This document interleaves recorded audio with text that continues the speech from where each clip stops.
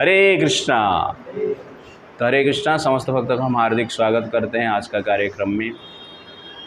तो हम last time Ramayan से एक टॉपिक डिस्कशन कर रहे थे, the shorted bond, Kaikeyi's demand and Dasharatha's agony.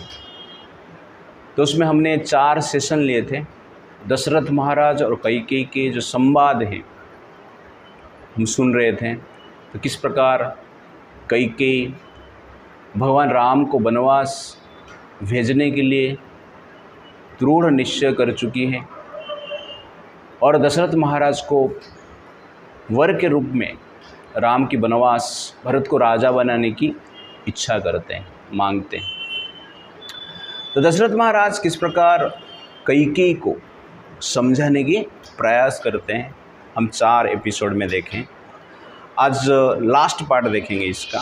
तो दशरथ महाराज रात भर कैकेयी को समझाने की प्रयास करते हैं और बार बार मूर्छित भी हो जाते हैं और बीच बीच में चरण को भी स्पर्श करने की प्रयास करते हैं। अंत में कहते हैं, हे कैकेयी, राम जो है सर्वगुण संपन्न है और राम का कोई दोष नहीं है जिसके कारण उसको वनवास का दंड दिया जाए, और इस निर्णय के कारण पूरा संसार आपको निंदा करेगी। इसीलिए आप इस प्रकार की जो विचार है मन से दूर कर दीजिए। इस प्रकार विलाप करते हुए दशरथ महाराज फिर से मूर्छित हो जाते हैं और इस प्रकार विलाप करते करते रात्रि बीत जाता है और सूर्योदय होता है। उस समय पे दशरथ महाराज को उठाने के लिए राजा के जो सेवक रहते हैं वाद्य यंत्र लेकर, मंगल वाद्य लेकर दशरथ महाराज के महल में आते हैं और वादन करना शुरू कर देते हैं। ये सुनकर दशरथ महाराज वो वाद्य यंत्र को बंद कर देते हैं और उस समय पे कैकेयी दशरथ महाराज को बोलती है, मेरे पीछे आप लोग बोलिए, सत्यम एक पदम ब्रह्मा सत्ये धर्म प्रतिष्ठितः सत्यम एव अक्षय वेदा सत्येन अवाप्यते परम। तो कैकेयी कहती है, सत्यम एक पदम ब्रह्म, ब्रह्म सत्य में निहित है, सत्य ही ब्रह्म है। सत्य धर्म प्रतिष्ठित, और सत्य में धर्म भी प्रतिष्ठित है। सत्यम एव अक्षय वेदा, वेद का अर्थ है सत्य है, इसलिए सत्य में वेद भी है। सत्येन एव अवाप्यते परम, और सत्य के द्वारा परम पद भगवान को प्राप्त किया जाता है, मोक्ष प्राप्त किया जाता है। इसलिए आप सत्य को पालन कीजिए और मेरी मांग पूरी कीजिए। ये जब दशरथ महाराज सुनते हैं, क्रोध से वो कहते हैं कि अग्नि को साक्षी रखकर जिस हाथ को मैंने पकड़ा था, आज मैं उस हाथ को छोड़ता हूँ और तुम्हारा पुत्र को भी छोड़ देता हूँ। श्री राम के राज्य अभिषेक के लिए जो भी व्यवस्था किया गया है, जो भी सामग्री का संग्रह किया गया है, उसके द्वारा मेरा दाह संस्कार किया जाए, मेरा अंत्येष्टि किया जाए। लेकिन ये अंत्येष्टि कार्य तुम कभी मत करना, तुम्हारा पुत्र को भी करने की आवश्यकता नहीं है, ये कार्य राम करेंगे। इस प्रकार बोलते हुए दशरथ महाराज क्या होते हैं, मूर्छित हो जाते हैं और कुछ समय के बाद उनका चेतना आता है। तो यहाँ पर हम देख रहे हैं कि दशरथ महाराज जो कि एक सफल राजा हुए हैं, उसके साथ साथ समस्त गुण से परिपूर्ण हैं, और उनका 4 पुत्र हैं जो कि स्वयं भगवान उनके पुत्र के रूप में आते हैं, राम के रूप में।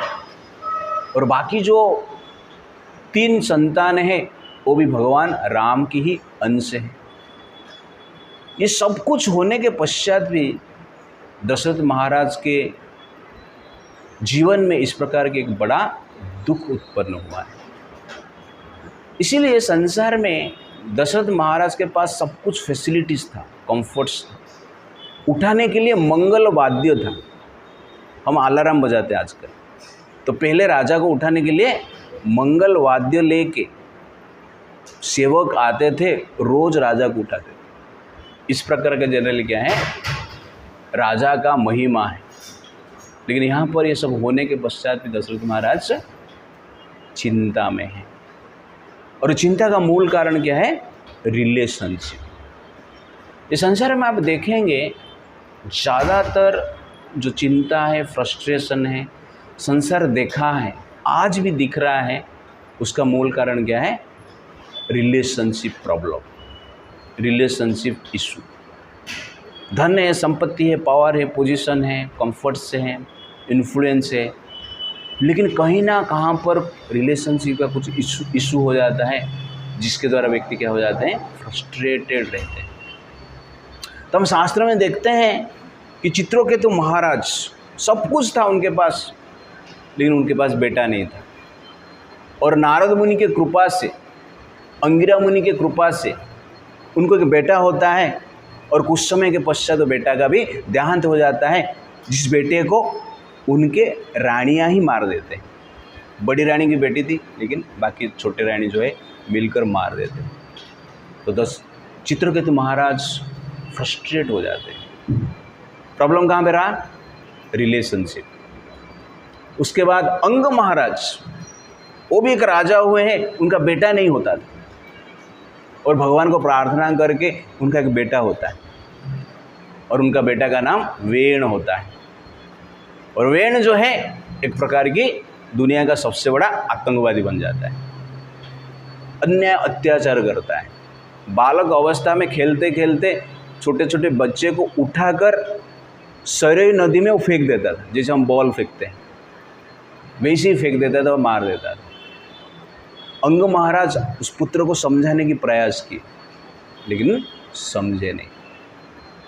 और अंग महाराज धार्मिक राजा थे, भगवान कृष्ण के महान भक्त थे, प्रजा को अपना पुत्र के रूप में पालन करते थे। उससे फ्रस्ट्रेट होके अंग महाराज एक दिन रात को राजमहल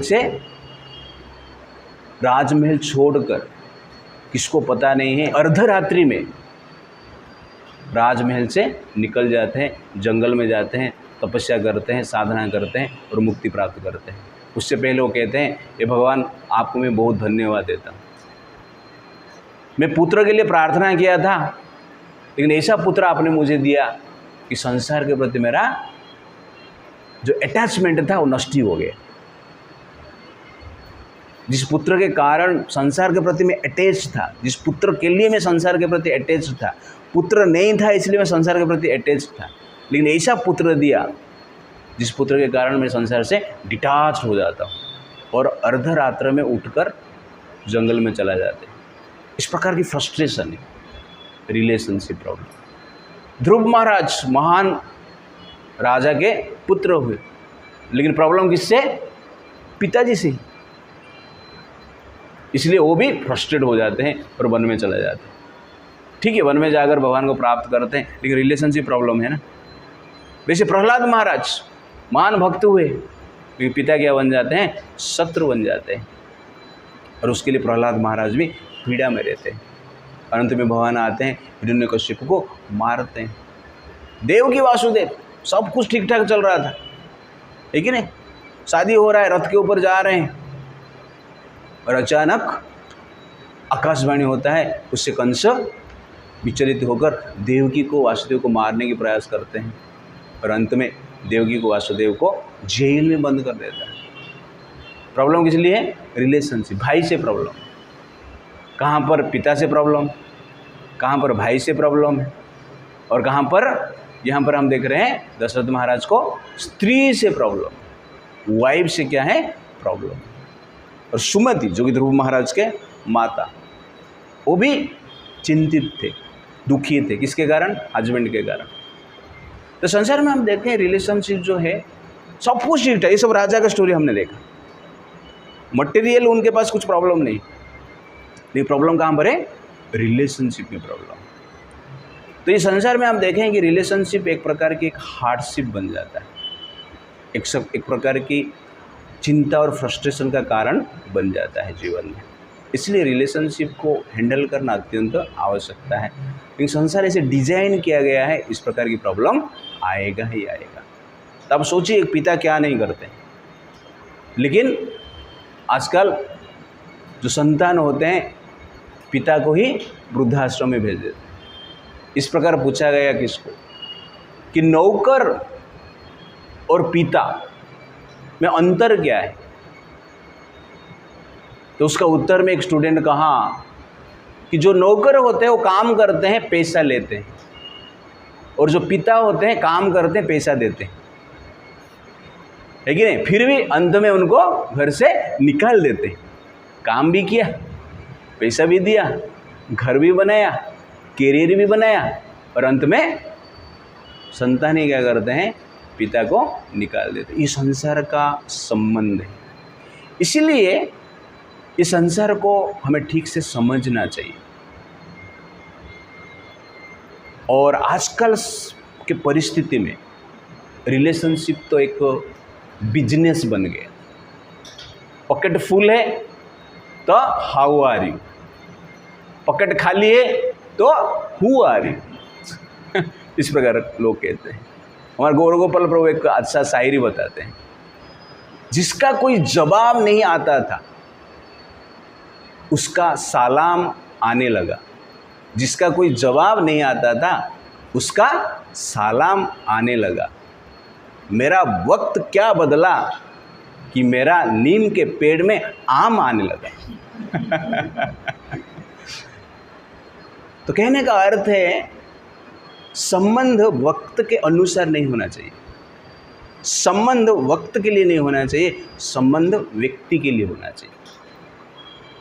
जब वक्त के अनुसार संबंध बदल जाता है, वास्तव में वो संबंध नहीं है, वो क्या है? एक प्रकार के बिजनेस है और कुछ नहीं। पहले इस प्रकार कहा जाता था कि हर पुरुष का सक्सेस में स्त्री का हाथ होता है, हर पुरुष का सक्सेस में स्त्री का हाथ होता है। आजकल उल्टा हो गया, हर स्त्री सक्सेस पुरुष का हाथ पकड़ती है। ऐसा आप देखेंगे तो ऐसा हो गया ना तो कहने का अर्थ है कि रिलेशनशिप बिजनेस नहीं होना चाहिए। तो रिलेशनशिप का आधार जब वेल्थ हो जाता है, धन हो जाता है, तो रिलेशनशिप मर जाता है, नष्ट हो जाता है। इसलिए रिलेशनशिप का आधार क्या होना चाहिए?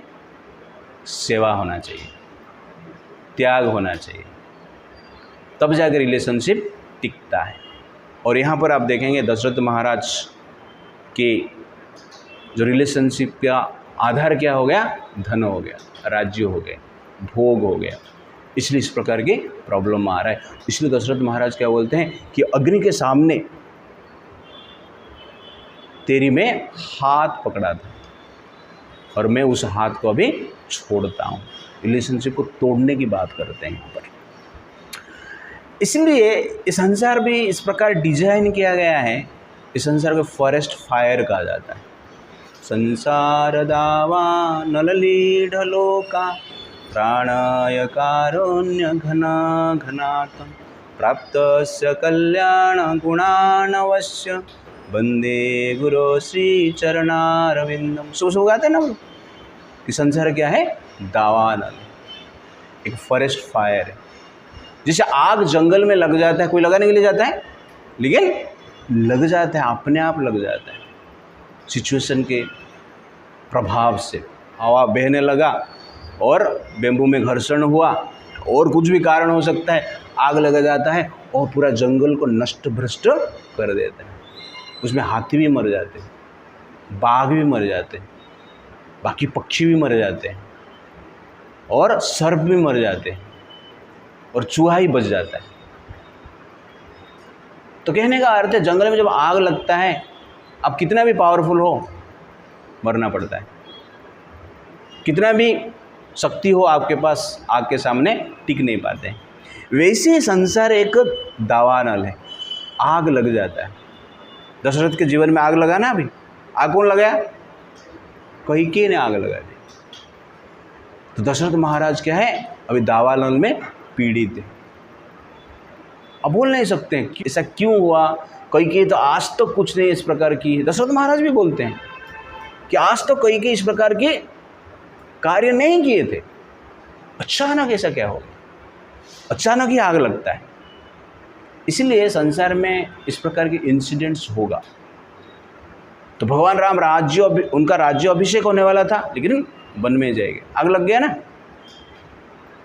वन में गए, सीता जी खुशी से वन में गए, लेकिन वन में सीता जी का अपहरण हो गया, आग लग गया ना। तो इस प्रकार जनरली सिचुएशन है। बाली सुग्रीव का वर्णन आता है कि बाली सुग्रीव ऐसे भाई थे कि एक दूसरे का वो जीवन थे। रामायण वर्णन करता है, एक दूसरे को नहीं देखते थे तो उनको अच्छा नहीं लगता था। इस प्रकार की प्रेम की वर्णन रामायण में आता है कि बाली सुग्रीव का था। लेकिन समय इस प्रकार हो जाता है, उनके जीवन में भी क्या हो गया, आग लग गई। इतने सौहार्दपूर्ण रहने वाले भाई भी शत्रु बने, बड़े शत्रु बन गए, और जीवन भर बाली ने प्रयास किया सुग्रीव को मारने के लिए, आग लग गया। कुछ नहीं बोल सकते हैं संसार में क्या होगा। अभी का सिचुएशन में आप देखेंगे ये आग क्या है, बढ़ रहा है। तो आप अभी न्यूज़ में देखते रहेंगे कि एक लड़की कुछ सामान लेने के लिए बाहर गई थी और 7 दिन तक लौट के नहीं आई। उसका बॉयफ्रेंड ने उसको बुलाया और कैफे में बुलाकर जूस पिलाया, ड्रग्स भी पिलाया, उसके बाद रेप की।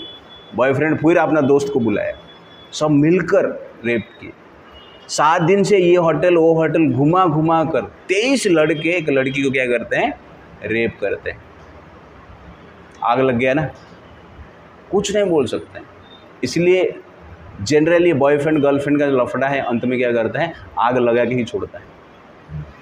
अभी एक न्यूज़ आया है, एक लड़का बोईसर में है, 2 साल से बोईसर में, उसका बीवी 2 साल से गांव में है। रिसेंटली उसको फ़ोन आया कि उसका एक बच्ची हुई है। कैसे हुआ है यार, ये तो 2 साल से इधर है, वो 2 साल में गांव में थी, बच्चा कैसा हो गया? बीवी फ़ोन कर दी कि आपका बच्ची हुई। तो मैंने तो गया नहीं आपका ही है।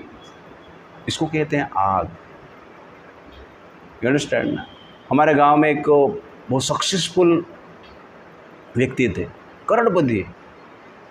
उसका एक बेटा ONGC में काम करता है और एक बेटा सॉफ्टवेयर डेवलपर, अपना कंपनी है, वो IT कंपनी है उसका।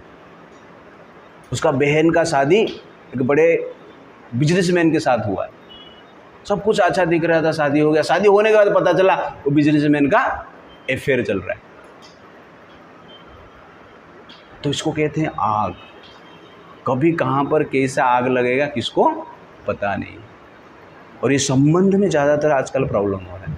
तो दशरथ महाराज इसलिए बोल रहे हैं कि अग्नि के सामने मैं शपथ लिया था, तेरी हाथ पकड़ा था, अभी वो हाथ को मैं छोड़ता हूँ। और ये सब सुनने के पश्चात भी कैकेयी क्या बोलती है, आप सत्य को पालन करो, सत्य ही धर्म है, सत्य ही वेद है, सत्य ही मुक्ति है, इसलिए आप सत्य को पालन करना ये आपका धर्म है, मेरी मांगे पूरी करो। ये सब होने के पश्चात भी कैकेयी जो है अपना इच्छा को प्रकट करती है और पूर्ण करने की जिद करती है। यहाँ पर देखेंगे श्लोक में हमने देखा कि कैकेयी क्या बोल रहा है, सत्य ही धर्म है, सत्य ही मुक्ति है, इसलिए आपको सत्य पालन करना चाहिए। ये शास्त्र है, सत्य के विरुद्ध में आप जा नहीं सकते। तो कैकेयी अपना स्वार्थ को पूर्ण करने के लिए क्या कर रही है? शास्त्र का आधार ले रही है। एग्जैक्टली शास्त्र किस लिए है? परमार्थ को प्राप्त करने के लिए, स्वार्थ को पूर्ण करने के लिए शास्त्र को यूज नहीं करना चाहिए, सत्य को यूज नहीं करना चाहिए। आजकल जनरली बहुत सारा कैटेगरी में आप देखेंगे कि इस प्रकार के लोग हैं जो कि भागवतम को लेकर, रामायण को लेकर, वेद शास्त्र को लेकर धंधा करते हैं, पैसा कमाते हैं, लाखों चार्ज करते हैं, करोड़ों रुपया लेते हैं। इसको वेद विक्रेता कहते हैं। तो शास्त्र में जो वेद बेचता है धर्म के नाम पर, जनरली क्या करते हैं? धंधा करते हैं, पैसा कमाते हैं, वो एग्जैक्टली शास्त्र कहता है वो पाप है, उससे कुछ फल मिलता नहीं। और आज कलयुग में ये एक धंधा पानी चल रहा है। पॉलिटिशियंस आते हैं कि हम ईमानदार है, कट्टर ईमानदार बोल के आते हैं, लेकिन आने के बाद पता चलता है उसका टॉयलेट का कमोड का रेट कितना है? 10 लाख है, गोल्ड प्लेटेड है, रिमोट से कमोड चलता है। इस प्रकार की सिचुएशन हम देख रहे हैं। तो कहने का अर्थ है सत्य का आधार लेकर, धर्म का आधार लेकर लोग क्या करते हैं? इस प्रकार की अन्याय अत्याचार करते हैं। वक्फ बोर्ड, ठीक है ना, धर्म के लिए दान देना चाहिए, और उसके नाम पे धर्म का नाम लेकर भारत में 40 लाख एकड़ से अधिक जमीन वो हड़प लिए। धृतराष्ट्र जो कार्य नहीं कर पाया था, वक्फ बोर्ड ने वो कार्य कर रहा है। और सबसे बड़ा आश्चर्य है, सुप्रीम कोर्ट भी उनके पक्ष में ही काम कर रहा है। कोई व्यक्ति कहेगा, कोई भी जमीन को कहेगा कि ये मेरा है और उसका हो जाएगा, और वो कोर्ट में जा नहीं पाएगा। ये नियम बनाया गया है, और उसके अनुसार ये लोगों ने 40 लाख एकड़ जमीन हड़प लिए, फिर भी सुप्रीम कोर्ट उसके अगेंस्ट में कुछ नहीं बोले। तो कहने का अर्थ है सत्य को आड़ में लेकर कई जैसे आज सुप्रीम कोर्ट भी काम कर रहा है, पॉलिटिशियंस भी काम कर रहे हैं, और सोकल्ड साधु संत भी काम कर रहे हैं। पैसा के लिए जनरली इस प्रकार की धर्म का आड़ लेकर धर्म को बेच रहे हैं। इसलिए कई जैसे मेंटालिटी जो है आज भी है। हमारा शास्त्र कहता है कामस्य न इंद्रिय प्रीति ही लाभ जीवेत यावते जीवस्य तत्व जिज्ञासा न अर्थ यच यह कर्म भी। कामस्य न इंद्रिय प्रीति, जीवन में जो इच्छा हमें करना है वो इंद्रिय तृप्ति के लिए नहीं होना चाहिए। तो हमें जीवन किस लिए मिला है? जीवस्य तत्व जिज्ञासा। तो जीवन हमें मिल रहा है परम सत्य को प्राप्त करने के लिए, भगवान कृष्ण को प्राप्त करने के लिए, मुक्ति को प्राप्त करने के लिए। इसलिए धर्म को अपना इंद्रिय तृप्ति के लिए हमें यूज नहीं करना चाहिए। धर्म को किस लिए यूज करना चाहिए? भगवान को प्राप्त करने यूज करना चाहिए। तो धर्म गोल्ड जैसे, तो गोल्ड को इस प्रकार यूज कीजिए जो कि आपका प्रगति होगा, उन्नति होगा, परमार्थ आपको मिलेगा। लेकिन गोल्ड को हम यूज करेंगे भंगार खरीदने के लिए, वो प्रॉपर यूज है गोल्ड का। आपने गोल्ड दिया और भंगार खरीद लिया, ऐसा होता है?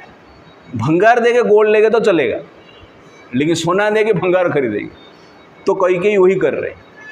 राम को वनवास भेज के क्या ले रहे हैं? राज्य ले रहे हैं, भंगार खरीद रहे हैं ना, गोल्ड को बेचकर भंगार खरीद रहे हैं। तो वैसे ही धर्म को बेचकर पैसा कमाना, धर्म के नाम पर पाप करना, ये जनरली क्या है? गोल्ड को बेचकर भंगार खरीदना जैसा है। तो इस प्रकार कार्य आजकल संसार में चल रहा है। हमारा शास्त्र कहता है, भागवतम कहता है, धर्मस्य ही अपवर्गस्य न अर्थ अर्थाय उपकल्पते न अर्थस्य धर्म ऐकांतकस्य काम लाभ ही स्मृतः। धर्मस्य ही अपवर्गस्य, धर्म का कार्य क्या है? अपवर्ग, मुक्ति प्राप्त करने के लिए। न अर्थ अर्थाय उपकल्पते, धर्म के द्वारा अर्थ संग्रह करना हमारा कार्य नहीं। धर्म से हम अर्थ संग्रह करना है, इसलिए अपवर्ग से, मुक्ति के लिए करना है, भोग के लिए नहीं करना है। तो यहाँ पर कैकेयी दशरथ महाराज के सामने इस प्रकार की वर मांगती है, और उसके पीछे दशरथ महाराज को बोलती है ये सत्य है, आपने मुझे वचन दिया है कि वर देने के लिए, इसलिए आपको वर देना पड़ेगा। तो इस प्रकार का लोग क्या करते हैं? संसार में धर्म के आड़ में, सत्य के आड़ में असत्य का पालन करते हैं, प्रचार करते हैं, प्रसार करते हैं, और अपना स्वार्थ को पूर्ण करने के लिए प्रयास करते हैं। तो इस प्रकार वार्तालाप चल रहा था, और अंत में कैकेयी कहती हैं कि आप इस प्रकार विलाप क्यों कर रहे हो? तुरंत आप राम को बुलाइए। राम यहाँ पर आ जाते हैं तो आपका जीवन सफल हो जाएगा, आपका कार्य पूर्ण हो जाएगा। और राम को बुलाकर आप अपने आप को कृतकृत्य कीजिए, इस प्रकार कहते हैं कैकेयी।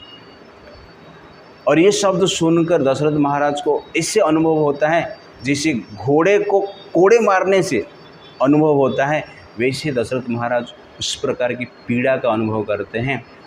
और पीड़ा का अनुभव करते हुए दशरथ महाराज कहते हैं, मेरे पीछे आप लोग बोलिए, धर्म बंधने बधो अस्मि नष्ट च मम चेतना ज्येष्ठं पुत्रं प्रियं रामं दृष्टमिच्छामि धार्मिकम्। तो कैकेयी का ये वाणी सुनकर रोते हुए दशरथ महाराज कहते हैं, धर्म बंधने बधो अस्मि, मैं धर्म का बंधन में बंध गया हूँ। नष्ट च मम चेतना, मेरा चेतना नष्ट हो गया है। ज्येष्ठ पुत्रम प्रियम राम, मेरा ज्येष्ठ पुत्र राम जो कि मेरे लिए प्रिय है, जो धार्मिक है, उस पुत्र को मैं देखना चाहता हूँ। इस प्रकार की उन्होंने इच्छा की।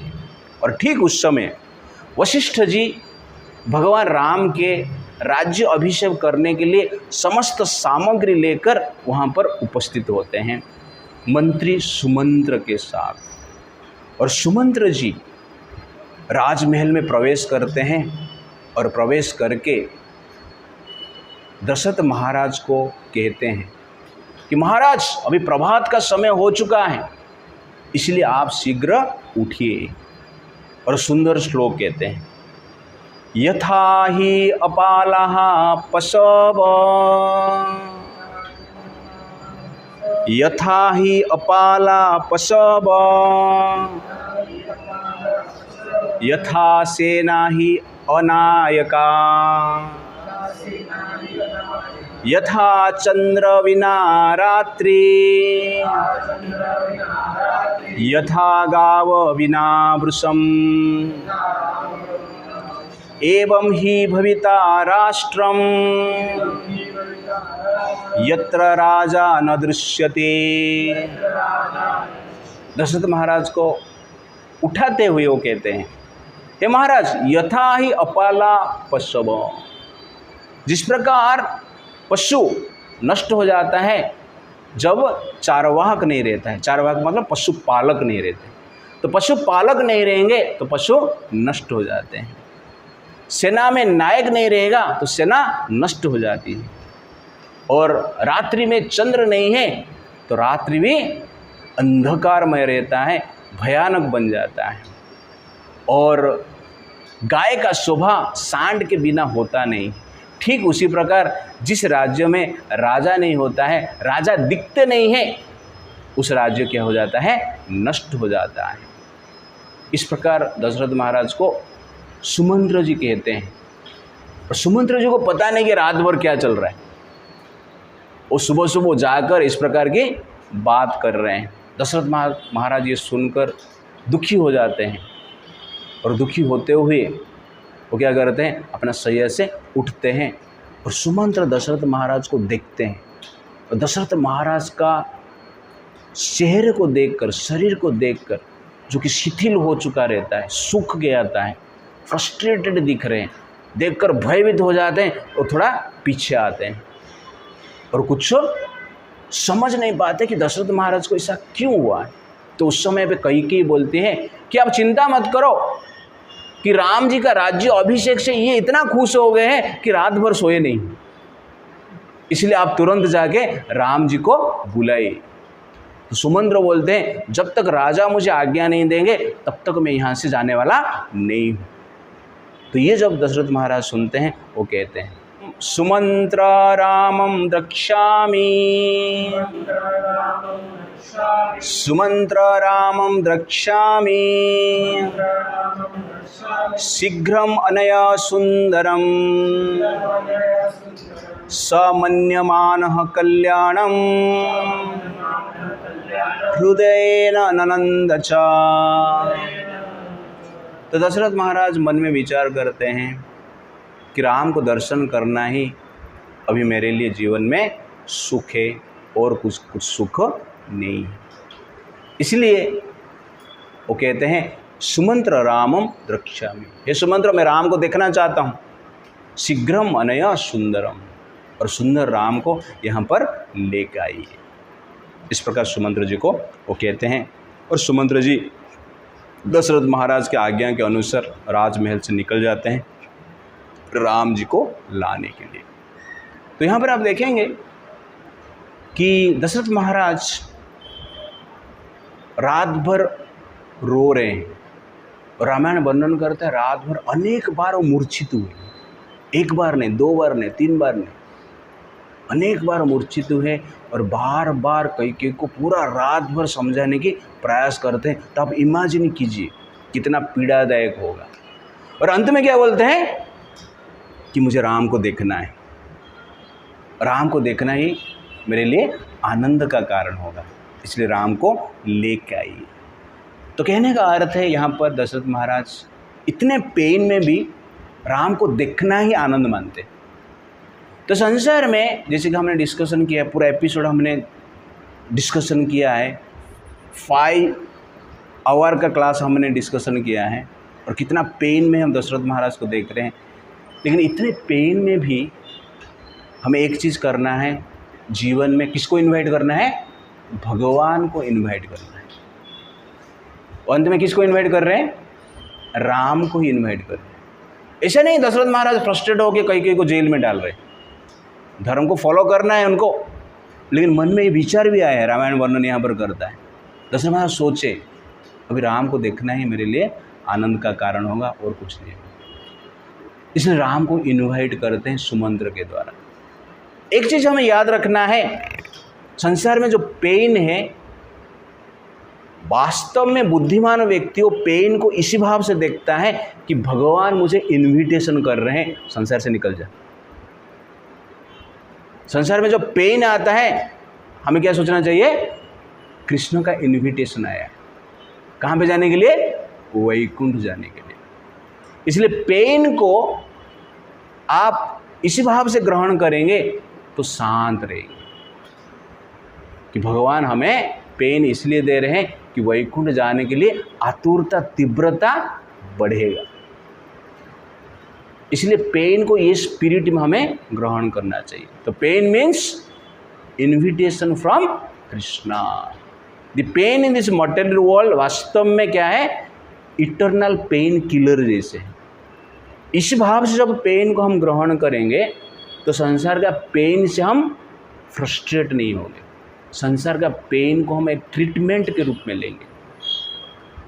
जब ये भाव हमारा नहीं रहेगा तो संसार का पेन से हम फ्रस्ट्रेट हो जाएंगे और संसार का प्लेजर को भोग करने की प्रयास बार बार हम करते रहेंगे। पूरा रामायण बता रहा है इतना सक्सेसफुल राजा है जिसका पुत्र क्या है? राम है, और 4 पुत्र हैं, और समस्त रानियां भी सर्वगुण संपन्न है, और कैकेयी भी आज तक इस प्रकार की कभी बात नहीं की है जो कि दशरथ महाराज को पीड़ा प्रदान करे। बट अचानक ऐसा कुछ हो गया। तो राम के जीवन में ऐसा हुआ, दशरथ महाराज के जीवन में ऐसा हुआ, तो हमारे जीवन में भी ऐसा होगा। इसलिए पीड़ा को इन्विटेशन के रूप में हमें लेना चाहिए। जैसे कि हमने रिलेशनशिप में देखा, अंगो महाराज पीड़ा हुआ ना वेण के कारण, लेकिन उन्होंने क्या किया? राज्य छोड़ के वन में गए। कहाँ पे गए? भगवान के पास गए। ध्रुव महाराज को पीड़ा हुआ ना पिता के कारण, लेकिन उन्होंने क्या किया? पिता को वृद्धाश्रम में भेजे नहीं, वो वनवास चला गया और वन में जाके तपस्या की। तो ध्रुव महाराज पेन को एक प्रकार की भगवान का इन्विटेशन माना, अंग महाराज पेन को एक प्रकार की भगवान का इन्विटेशन माना। तो ये संसार का जब पेन है, आपके लिए डिटैचमेंट निर्माण करना चाहिए। संसार का पेन से, संसार से डिटैचमेंट हो जाना ही बुद्धिमत्ता की बात है। इसलिए भगवान संसार में हमें पेन देते हैं, और पेन दे के क्या करते हैं? हमें इन्विटेशन करते हैं। कहाँ पर? वैकुंठ में। लेकिन हम इतना मूर्ख है, हम बोलते पेन किलर खा के संसार में जिएगा, मेडिसिन लेके संसार में जिएगा। संसार का डेवलपमेंट हम करेंगे। वास्तव में संसार में हम डेवलपमेंट नहीं कर रहे हैं, हमारा प्रॉब्लम्स क्या कर रहे हैं, बढ़ा रहे हैं। It's like that. इसलिए शास्त्र हमारा कहता है तद्दिनम दुर्दिनम मन्ये मेघाच्छनम न दुर्दिनम यद्दिनम कृष्ण सम्माल्प कथा पीयूषम वर्जितम। तद्दिनम दुर्दिनम मन्ये, वो दिन दुर्दिन है जिस दिन भगवान कृष्ण का कथा का श्रवण नहीं हुआ है, जिस दिन भगवान की चर्चा नहीं हुआ है, वो दिन वास्तव में क्या है, दुर्दिन है, अच्छे दिन नहीं है। अच्छे दिन आएंगे, बोलते हैं ना, अच्छे दिन आ गए। वास्तव में अच्छे दिन क्या है, जिस दिन हम भगवान का कथा चर्चा करते हैं, सुनते हैं। मेघाच्छनम न दुर्दिनम, जिस दिन आकाश में मेघ आ गया, कोहरा हो गया, साइक्लोन आ गया, बारिश हो गया, भूकंप आ गया, वो जनरली क्या है, दुर्दिन नहीं है। वास्तव में दुर्दिन है जिस दिन हम भगवान का कथा का श्रवण नहीं करते हैं। इसलिए भगवान का कथा का श्रवण जो है अत्यंत महत्वपूर्ण है। इस संसार रंगशाला के ढंग निराला चलते देखा, जो भी सूरज उगा सवेरे उससे शाम को ढलते देखा। ऐसे ही ना, उगा है मतलब क्या है, उदित हुआ तो अस्त निश्चित है। तो सुख है तो सुख का अंत निश्चित है, उसको ही दुख बोलते हैं। दशरथ महाराज 60,000 साल से थे ना, सुख में थे। बीच में पुत्र नहीं था, इसलिए पुत्र के लिए दुखी थे। पुत्र हो गया तो सुखी हो गए। अभी वही पुत्र क्या कर रहे हैं, फिर दुख दे रहे हैं। तो सुख और सुख का अंत होता है, दुख मिलता है। इस प्रकार ये संसार चलता रहता है। तो इस प्रकार कहा गया है, अरे सोच तनिक जीवन घट का श्वासंजल कितना घट गया। अरे सोच तनिक जीवन घट का श्वासंजल कितना घट गया। क्या सोचता है रे पागल, जो बीत गया सो बीत गया। इस झूठे खेल में कोई मूल्य है क्या, कोई हार गया कोई जीत गया। It's like that. तो यहाँ पर इस प्रकार कहा गया है, ये संसार एक झूठे खेल है। और खेल में कोई हार गया कोई जीत गया कोई बड़ी बात है क्या। बचपन में खेला ना, बहुत कुछ खेला आपने, उसमें कोई हार गया कोई जीत गया कुछ होता है, कुछ नहीं। खेल ही है, हारना भी मज़ा, जीतना भी मज़ा। तो वैसे ही संसार को हम ये स्पिरिट में लेंगे कि संसार में हारना जीतना में कोई बड़ी डिफ्रेंशिएशन नहीं। हारना भी सेम है, जीतना भी सेम है। जब ये भाव से हम भक्ति करते हैं तो शांत से हम जिएंगे। लेकिन ये भाव को हम ग्रहण नहीं करते हैं तो हार जाते हैं तो फ्रस्ट्रेट हो जाते हैं, और जीत जाते हैं तो खुश हो जाते हैं। तो जितने में जो व्यक्ति खुश होता है, हारने में फ्रस्ट्रेट होगा। लेकिन जो जानता है जितना हारना समान है, ये संसार क्या एक खेल है। कहने का अर्थ है ये संसार में सांसारिक जीवन, भक्ति विहीन जीवन इतना कुछ इम्पोर्टेंस नहीं है। समय के अनुसार ये खेल भी क्या हो जाएगा, खत्म हो जाएगा, ये जीवन भी खत्म हो जाएगा। इसलिए वास्तव में हमें क्या करना चाहिए, राम को स्मरण करना चाहिए। और दशरथ महाराज ये पॉइंट पे राम जी को इनविटेशन करते हैं, इतना पेन में भी। और उसके साथ साथ वो कहते हैं कि राम को इनवाइट करो, और मैं प्रजाजन को कभी दुख में देखा नहीं, मैं प्रजा का सुख ही कभी भी चाहा, और आज भी मैं प्रजा को दुखी नहीं देख सकता है। कहने का अर्थ है कि राम वनवास जाते हैं तो मैं भी स्वर्ग चला जाऊंगा, मेरा भी मृत्यु निश्चित है। तो इतना पीड़ा में भी दशरथ महाराज का एक स्पेशल पॉइंट में यहाँ पर देखा कि प्रजाजन को याद करते हैं, राम को इन्विटेशन के लिए बोलते हैं, उसके साथ साथ बोलते हैं प्रजा का सुख मैंने आज तक देखा है, दुख में देख नहीं पाऊंगा। तो प्रजा के प्रति भी उनका सेंसिटिविटी है, रात भर रो रहे हैं लेकिन अंत में किसको याद कर रहे हैं, प्रजा को याद कर रहे हैं। तो ये है चेतना। अंत में दो जन को याद कर रहे हैं, राम और प्रजा, भगवान और प्रजा। तो कहने का अर्थ है दो चीज़ हमारे हृदय में होना चाहिए। एक है अट्रैक्शन फॉर राम कृष्ण, और कंपैशन फॉर लिविंग एंटिटीज। अन्य जीव के प्रति कंपैशन होना चाहिए, दया होना चाहिए, और भगवान के प्रति अट्रैक्शन होना चाहिए। तो attraction for Ram and compassion for sons of Ram, भगवान के जो संतान हैं उनके प्रति दया और भगवान के प्रति अट्रैक्शन, ये दो जब रहता है वास्तव में वो व्यक्ति क्या है, अपने जीवन को परफेक्ट करता है। वो व्यक्ति वास्तव में CA किया है, C for compassion, compassion for living entities, A for attraction, attraction for God. तो ये CA हम करते हैं तो जनरली क्या है, वास्तव में ये डिग्री है, और इस डिग्री से क्या कर पाएंगे, भगवान को प्राप्त कर पाएंगे। इसीलिए दशरथ महाराज अंत में ये बात बोलकर अपना कंपैशन भी दिखाते हैं और अट्रैक्शन टुवर्ड्स लॉर्ड राम को भी पदार्पण करते हैं, यानी बताते हैं। और यहाँ पर एक पॉइंट है अंत में कि सुमंत्र जी कहते हैं, जैसे कि पशुपालक के बिना पशु, कहने का अर्थ है बिना पशुपालक के पशु नष्ट हो जाता है, और बिना चंद्र से आकाश क्या है, अंधकारमय होता है, रात्रि शोभामय नहीं होता है। और उसके साथ साथ बिना सेना नायक से सेना नष्ट हो जाता है। ठीक उसी प्रकार बिना राजा से संसार नष्ट हो जाता है। तो राजधर्म के बारे में वो बता रहे हैं। तो राजधर्म को शास्त्र में एक महान माना गया है। तो शांति पर्व में, महाभारत का शांति पर्व में युधिष्ठिर महाराज भीष्मदेव को प्रश्न पूछते हैं कि संसार में जो प्रजा का सर्वश्रेष्ठ कर्तव्य क्या है, सबसे बड़ा कर्तव्य क्या है, भीष्म जी को पूछते हैं। तो उसका उत्तर में भीष्म जी कहते हैं, संसार में प्रजा का सबसे बड़ा कर्तव्य है एक धार्मिक राजा का राज्य अभिषेक करना। ये प्रजा का सबसे बड़ा कार्य, वोट देना आजकल की भाषा में। इसलिए वोटिंग सबसे इम्पोर्टेंट है, और वोटिंग देने में ढीला करेंगे कलयुग में, डेमोक्रेसी में, मतलब क्या है, प्रॉब्लम है। क्यों? तो इसलिए राजधर्म का वर्णन करते हैं।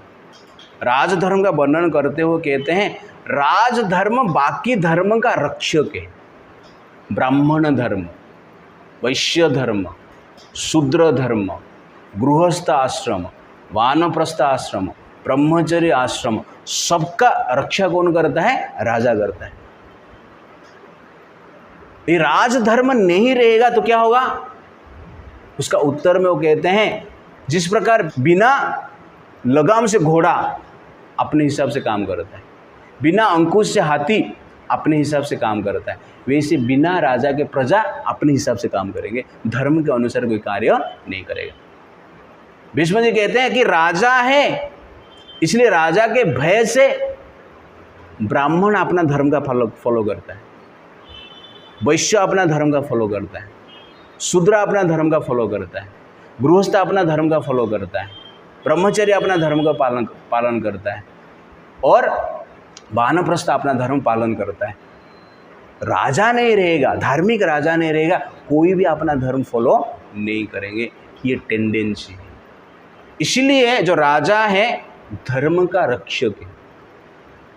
इसके लिए एक स्टोरी बताते हैं कि मांधाता करके एक राजा हुए हैं, उनके मन में विचार आया है, मैंने बहुत उपकार किया है, प्रजा का पालन किया है, अभी थोड़ा संन्यास लेता हूँ, वानप्रस्थ आश्रम में जाता हूँ और भगवान विष्णु का मैं दर्शन करूँगा।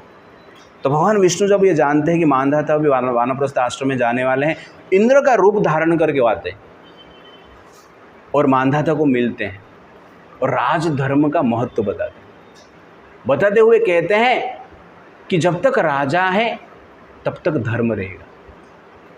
इंद्र के रूप में आते हैं और वो कहते हैं कि भगवान विष्णु ने जीवन में यही कार्य करते हैं कि बार बार असुर संसार में धर्म को नष्ट करने के लिए प्रयास करते रहते हैं, और भगवान विष्णु असुरों का विनाश करके धर्म को स्थापित करते हैं। इसीलिए आज तक ब्राह्मण है, इसलिए ब्रह्मा भी है।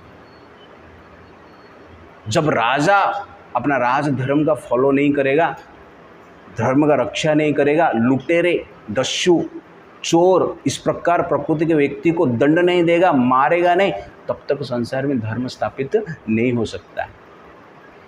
इसलिए राजधर्म सबसे महान है, राजा का त्याग सबसे बड़ा है। ये राजधर्म को फॉलो करने के लिए, रक्षा करने के लिए राजा क्या करता है? अपना धन का त्याग करता है। कभी कभी राजा अपना परिवार जन को भी त्याग करता है और अंत में राजा अपना प्राण को भी त्याग करता है। तो राजा संसार में सबसे बड़ा त्यागी है। और राजा जब ये राजधर्म को फॉलो करता है, रक्षा, प्रजा का रक्षा करता है, उस राजा को ब्राह्मण धर्म पालन करने से जो फल मिलता है, गृहस्थ का धर्म फॉलो करने से जो फल मिलता है, शूद्र का धर्म फॉलो करने से जो फल मिलता है, वैश्य का धर्म फॉलो करने से जो फल मिलता है, हर प्रकार का धर्म फॉलो करने से जो फल मिलता है, हर प्रकार की फल उस राजा को मिल जाता है। लेकिन राजा नहीं रहेगा, कोई भी धर्म फॉलो कर नहीं सकता, क्योंकि जो दस्यु है, डाकू है, चोर है, जो कि खराब प्रकृति के लोग हैं, संसार में अन्याय अत्याचार करते रहेंगे, व्यभिचार बढ़ेगा, पापाचार बढ़ेगा। इसलिए राजा की अत्यंत आवश्यकता है। तो ये राजधर्म का जनरली क्या करते हैं, डिस्क्रिप्शन भीष्म जी देते हैं युधिष्ठिर महाराज को, और युधिष्ठिर महाराज ये सुनकर आनंदित होते हैं और राजधर्म को फॉलो करके संसार में राज्य करने की उनका दृढ़ निश्चय उत्पन्न होता है। तो इस प्रकार सुमंत्र जी दशरथ महाराज को बोलकर दशरथ महाराज के आदेश के अनुसार दशरथ महाराज के महल से निकल जाते हैं और भगवान राम को बुलाने के लिए जाते हैं। तो हम देखें नेक्स्ट टाइम कि किस प्रकार भगवान राम आते हैं सुमंत्र बुलाने पर। तो आने के पश्चात क्या कैकेयी राम जी का वनवास को रोक देता है या राम को वनवास भेज देता है, हम देखेंगे नेक्स्ट टाइम। हरे कृष्णा कृष्णा कृष्णा हरे हरे, हरे राम राम राम हरे। श्रील प्रभुपाद की। तो नेक्स्ट टॉपिक हमारा रहेगा how to response difficult situations. तो राम जी का प्रतिक्रिया क्या होता है, लक्ष्मण का प्रतिक्रिया क्या है, कौशल्य का प्रतिक्रिया क्या है, सीता जी का प्रतिक्रिया क्या है। तो इस प्रकार सिचुएशन होने के बाद कैसे उनका रिस्पॉन्स होता है हम देखेंगे नेक्स्ट टाइम। तो दशरथ महाराज का तो रिस्पॉन्स हमने देख दिया, फ्रस्ट्रेशन, ओके ना। ऐसा रिस्पॉन्स हमें नहीं करना है कैसा रिस्पॉन्स करना है, राम जी जैसे करेंगे, हम देखेंगे नेक्स्ट टाइम। हरे कृष्णा।